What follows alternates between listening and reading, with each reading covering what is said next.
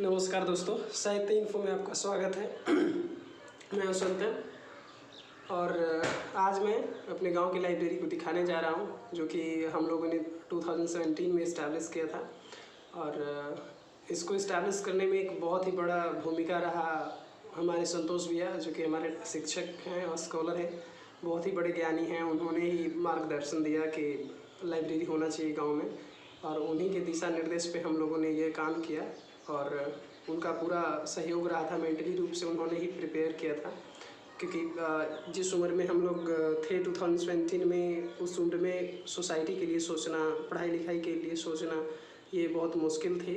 हम लोग का उस तरह का बैकग्राउंड नहीं रहा कि स्कॉलर के बीच रहे। लेकिन जब उनके पास गया तो इस तरह की बातें सीखी और बहुत सारी चीज़ें जो हुई उस पर चर्चा हुई कि कुछ समाज के लिए भी किया जाए और सामाजिक बदलाव होना चाहिए। सबसे ज़्यादा जो ज़रूरी चीज़ है वो एजुकेशन है। अगर एजुकेशन हम लोग सोसाइटी में देते हैं तो बहुत बड़ी बदलाव होती है।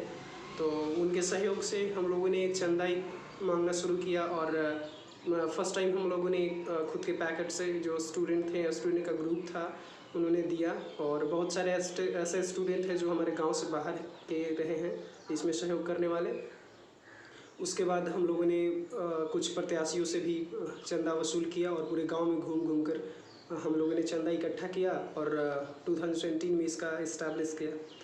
ये जो भवन है ये पंचायत भवन है और ऐसे ही बेकार पड़ा हुआ था। और तो हम लोगों ने सोचा कि उतना तो पैसा होगा नहीं बनाने के लिए, तो इसमें बनाया जाए, इसी में शिफ्ट कर दिया जाए फ़िलहाल। और इसी में कर दिया गया। और जितने भी गांव के लोग थे उन्होंने भरपूर सहयोग दिया इसको बनाने में। और आज देखिए कि इसका 5 साल गुजर गया है इस्टेब्लिश का, और अभी लोग यहाँ पे आकर के पढ़ाई करते हैं। काफ़ी बुक की संग्रह हो रखी है, चाहे हिंदी लिटरेचर की बात करें, इंग्लिश लिटरेचर की बात करें, जनरल नॉलेज की बात करें। जो भी जितने कम्पिटिटिव एग्जामिनर हैं और स्टूडेंट हैं वो प्रिपेयर करते हैं यहाँ पे आकर के। एक वातानुकूलित माहौल मिलता है स्टूडेंट को यहाँ पे। घर में उस तरह का माहौल नहीं मिल पाता है तो लोग यहाँ पे आकर के पढ़ाई करते हैं। और इसका लाइब्रेरी का जो सुबह का टाइम है 6 से 9 है और शाम का जो टाइम है वो 5 से 8 है। तो इस बीच में आकर के स्टूडेंट अपना प्रिपेयर करते हैं, क्विज़ करते हैं, क्लासेस करते हैं और ग्रुप डिस्कशन होती है। चलिए मैं शुरुआत करता हूँ और ये दिखाता हूँ क्या क्या है। ये देखिए,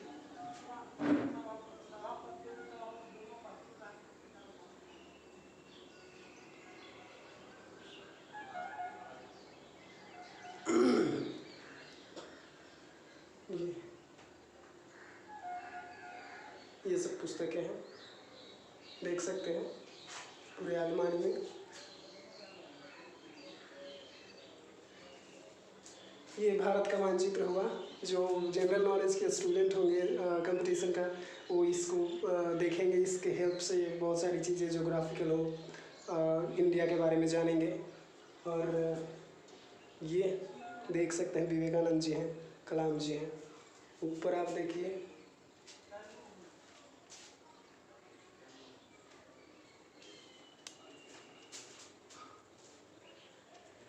और ऊपर जो महात्मा गांधी हैं उन्हीं के नाम पर ये लाइब्रेरी का नाम रखा गया है। उधर नेहरू जी हैं, इधर पटेल जी, भगत सिंह, सुभाष चंद्र बोस हैं, और इधर रविन्द्रनाथ टैगोर जी हैं। तो ये लाइब्रेरी का लुक है, आप देख सकते हैं।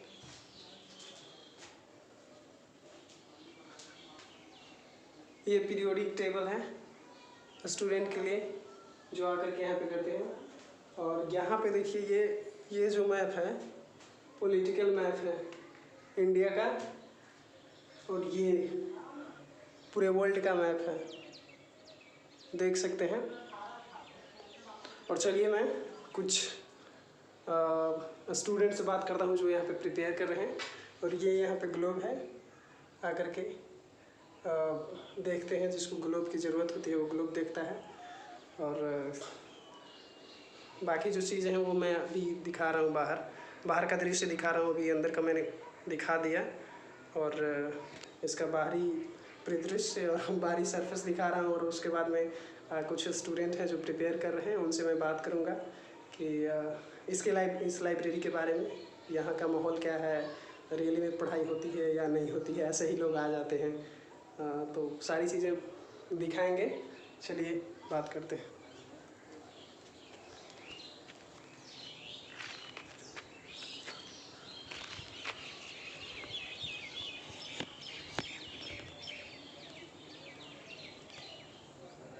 ये देखिए, ये बाहर का हो गया महात्मा गांधी ग्रामीण पुस्तकालय हजारीकरवा, और यहाँ पे जो स्टूडेंट पढ़ रहे हैं उनसे भी मैं बात करूँगा। आइए चलते हैं।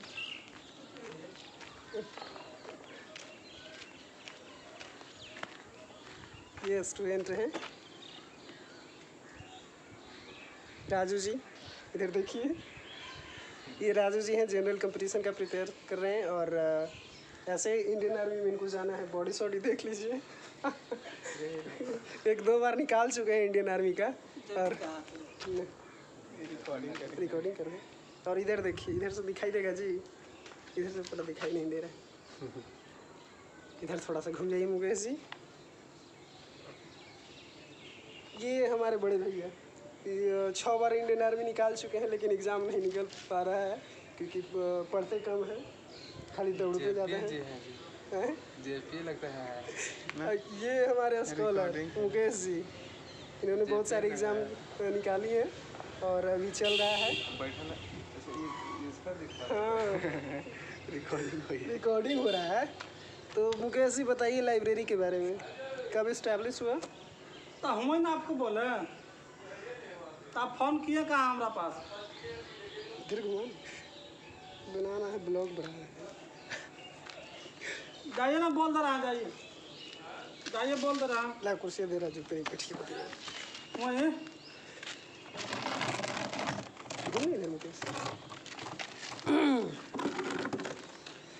तो बताइए इसकी शुरुआत कैसे हुई मुकेश? लाइब्रेरी का जो शुरुआती दौर था वो कैसा रहा?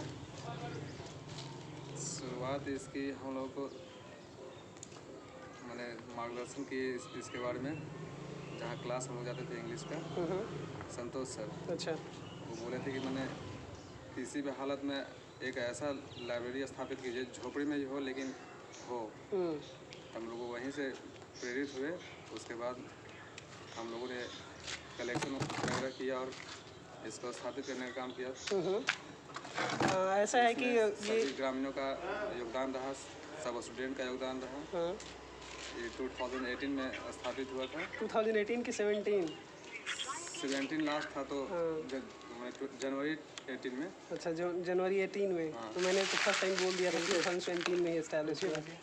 कोई दिक्कत नहीं है, एक साल और आगे बढ़ जाएंगे। 2018 में इसको इस्टेब्लिश किया गया। दिसंबर 17 से इसका तैयारी शुरू कर दिए थे। अच्छा। और 18 में था, पूजा था, सरस्वती पूजा। हाँ हाँ, तो उसी समय हुआ था 18 में। एक्चुअली हम भूल गए, लगता है कि हम उस पर भी लगता है कि जो प्रिंट हुआ है उस पर 2017 लिखा गया है। नहीं, 18 हाँ, 18 है। अच्छा, तो ये जो लाइब्रेरी की कल्चर है वे बहुत सारे पहले दिखाई देती थी, लेकिन आज के ज़माने में ये जो कल्चरल है वो समाप्त होती जा रही है। आज जिला केंद्रीय लाइब्रेरी है जो हमारे औरंगाबाद में, उसका भी हालात जर्जर है, और कोई नहीं चाहता है कि लाइब्रेरी हो। जो पहले की संस्थाएं थी वो बहुत अच्छी चलती थी, चलाई जाती थी, लेकिन इस ओर अभी किसी का ध्यान नहीं है।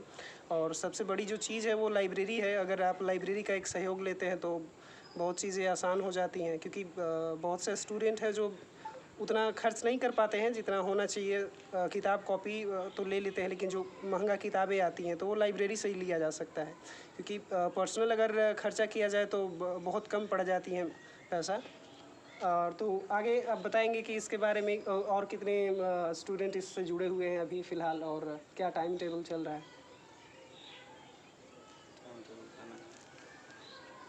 टाइम टेबल है, मतलब इससे अभी सुबह 7 से 9। टाइम टेबल तो है, सुबह 7 से 9 चलता है, शाम में फिर 5 से 7 चलता है। और बाकी समय में क्योंकि स्कूल कैंपस में है इसलिए स्कूल चलता है, इसके वजह से बाकी समय क्लोज रहता है। अच्छा, तो यहाँ का माहौल कैसा है ये थोड़ा सा बताएंगे। इससे लाभान्वित हो रहे हैं स्टूडेंट कि नहीं हो रहे हैं? कुछ बदलाव आया है, चेंजेज आया है लर्निंग में? हुआ है, जो पढ़ने का इच्छुक हैं वो इस पर काम कर रहे हैं। अच्छा। और इसमें जो प्रतिवर्ष किताबें जो डाली जाती हैं वो किस प्रकार की किताबें होती हैं? किस स्टूडेंट को मतलब यहाँ पे मिल सकता है? मैंने हर साल जो किताबें इकट्ठा होती है वो सभी तैयारियों को ध्यान में रखकर किया जाता है। इसमें जो लिटरेचर वगैरह या फिर किसी ऑनर्स का पढ़ाई कर रहे हैं उनको भी ध्यान रखा जाता है। फिर जो कंपटीशन का तैयारी कर रहे हैं उनके ध्यान में रखकर पुस्तकें लाई जाती हैं। और जो छोटे छोटे बच्चे हैं मैंने उनको प्रोत्साहित करने के लिए, उनको बढ़ावा देने के लिए मैंने स्टोरी रीडिंग के लिए उनके लायक भी पुस्तकें लाई जाती हैं। तो ज़्यादा खास करके जनरल कंपटीशन पे ध्यान दिया जाता है और जो बच्चे हैं, क्योंकि बच्चों पर अगर ध्यान दिया जाए तो बाद में अगर क्योंकि पहले बेस मजबूत होगा उसके बाद ही तो पहले एक कल्चर आप डेवलप कर रहे हैं बच्चों के अंदर। ये लाइब्रेरी का एक कल्चर होना चाहिए बच्चों के अंदर, तो वो खुद ब खुद इस तरफ बढ़े चले आएंगे। चलिए, अच्छा है। और आप क्या संदेश देना चाहेंगे? गांव में लाइब्रेरी होनी चाहिए या नहीं होनी चाहिए? बेशक होनी चाहिए।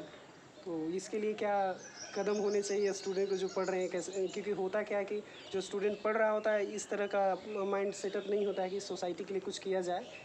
तो अगर सोसाइटी के लिए कुछ करना चाहता है स्टूडेंट तो कैसे पढ़ाई के अलावे भी कर सकता है या नहीं? कोई बाधाएं आती हैं या नहीं?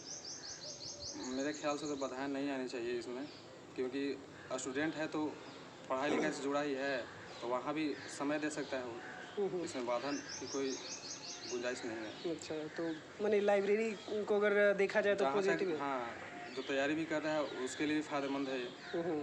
उसको कई अनेक तरह की किताबें यहाँ उपलब्ध होंगी तो उसका भी स्तर बढ़ेगा। और ग्रुप डिस्कशन भी हो जाती है, क्योंकि बहुत सारे स्टूडेंट आते हैं तो जैसे कुछ आपसे नहीं बना या कुछ दूसरे स्टूडेंट्स नहीं बना तो आप उनको हेल्प कर दिए, तो ये एक सब बहुत अच्छा माहौल है जो कि होनी चाहिए। तो मैं चाहूँगा कि हर एक गांव में एक लाइब्रेरी होनी चाहिए। जो स्टूडेंट का यूनिटी है वो होना चाहिए। ऐसे होता है कि हम जब पढ़ाई कर रहे होते हैं अकेले तो कई चीज़ें होती हैं जो खुद से हम सॉल्व नहीं कर पाते हैं। तो अगर ग्रुप में होंगे तो बहुत सारे स्टूडेंट होते हैं जो जैसे हमको पता नहीं है तो उनको पता है तो वो बता देंगे, तो काफ़ी समय हमारा बच जाएगा। ऐसे गूगल करके तो सब चीज़ मिल ही जाता है, लेकिन गूगल करने की ज़रूरत नहीं होगी। जो स्टूडेंट होंगे वहाँ पे जानकारी होगी तो उनका भी एक विश्लेषण करने का तौर तरीका आपको पता चलेगा और आप में भी जो एबिलिटी आएगी, तो ये होनी चाहिए। और आइए इधर आइए छोटू जी, राजू जी, आप बताइए आपका क्या राय है इस लाइब्रेरी के बारे में? क्या लाइब्रेरी सही चीज़ है, होनी चाहिए हर एक गांव में, और इससे जो स्टूडेंट का जो फ़ायदा मिल रहा है वो रियली मिल रहा है या ऐसे ही है?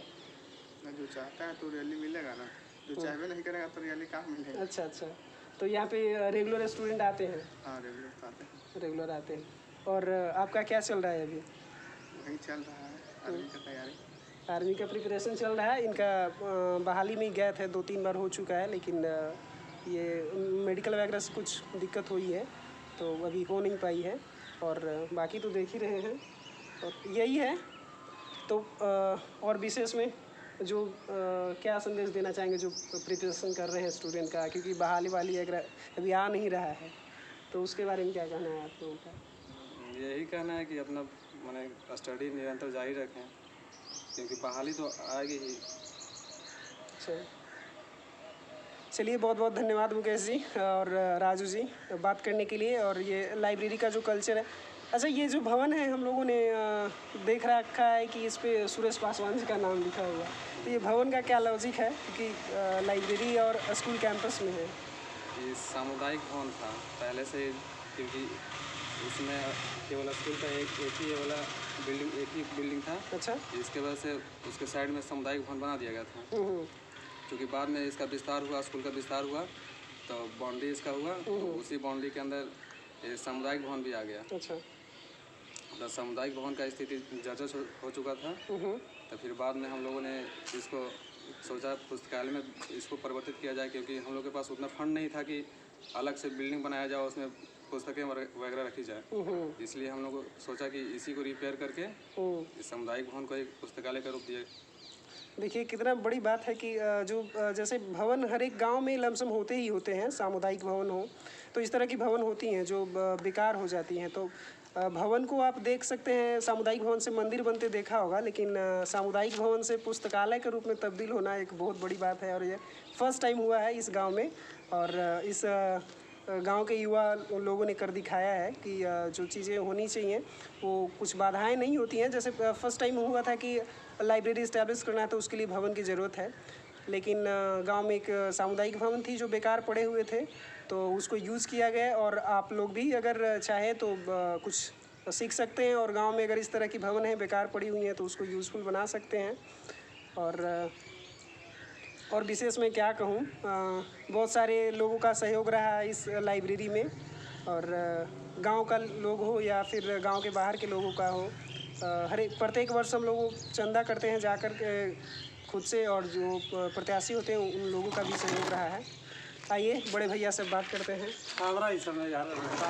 आइए, देखिए ये हमारे बड़े भैया हैं और ये भी अभी प्रिपरेशन कर रहे हैं और इनका भी रिजल्ट 1-2 में हुआ है, लेकिन आर्मी का कर रहे थे तो आर्मी का तो लगता है कि समाप्त हो गया ना जी। हाँ जी, समाप्त हो गया। 5-6 बार निकाले हैं लेकिन पता नहीं कि कैसे क्या कर रहे हैं, समझ में नहीं आ रहा है। अब पूरी जानकारी तो नहीं है कैसे कहाँ पे क्या दिक्कत हुई, लेकिन 5-6 बार हम खुद 1-2 बार गए हैं तो इन्होंने एक्सीलेंट जो है से निकाला है और फर्स्ट टाइम में भी निकाला था। तो आप प्रिपरेशन जो कर रहे हैं उन लोगों के बारे में क्या कहेंगे? हमको पता नहीं। अपना एक्सपीरियंस दे दीजिए जो स्टूडेंट है। चलिए मैं इसी बातों के साथ इस चीज़ को ध्यान में रख करके मैं समाप्त करता हूँ। जय हिंद।